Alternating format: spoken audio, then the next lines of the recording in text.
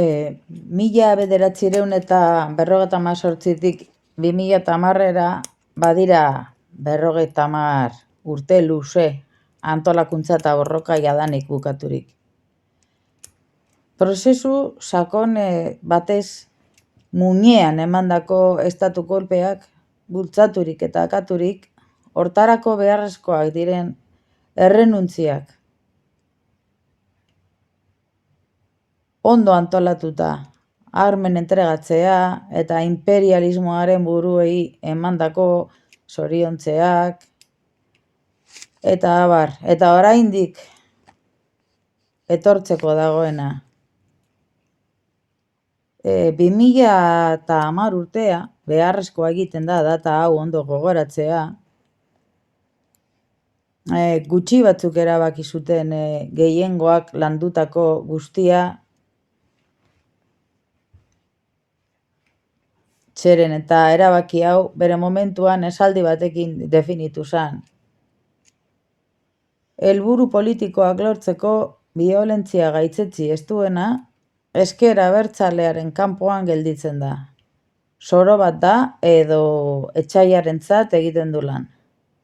Hau Gara egunkarian argitaratu zen bere momentuan. Parte guztiok bagenekien militantziaren partaide gutxi batzuk eskenuela edo ez zutela aldaketa hori onartuko. Traizioa, langilegoaren borroka eta gure herriaren independentziaren aurkakoa zela.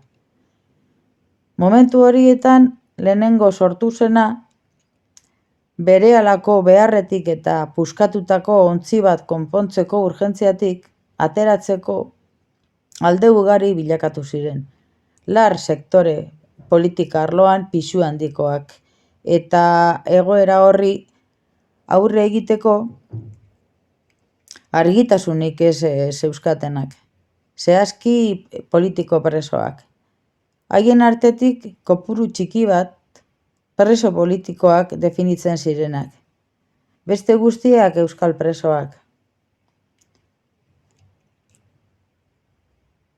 Ordutik, 2010tik eta 2024ra denbora nahikoa pasatu da nortzuk diharduten hausnarketa eta erresistentziaren aldean diharduen jakiteko.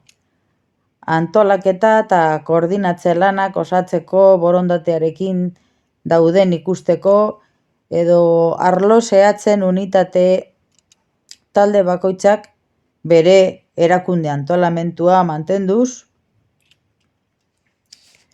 beraien lana segitzeko. Horregatik, abstentzio aktibo baten proposamena planteatzen dugu. Urte hauetan zehar, abstentzioaren deialdia egin dugunen artean eta eguneroko borroka kalean mantendu dugun ontzat. Ekintza unitatea, abstentzio aktiboan oinarriturik, abia puntu berbera dugunon erakunde eta pertsonok osaturiko ekintza partekatua izango litzateke. Ekintza unitatea erresistentzi-guneak gogortzeko independentzia, sozialismoa, amnistia eta euskalduntzearen alde.